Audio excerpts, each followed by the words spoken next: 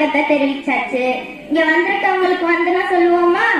ஓ, சொல்லிடுவோமே. வந்தனம் வந்தனம் வந்தனம் வந்தனம் வந்தனம் தானுங்க. தானுங்க. இங்க வந்திருக்கும் அனைவரையும் மனைனும் பாருங்க.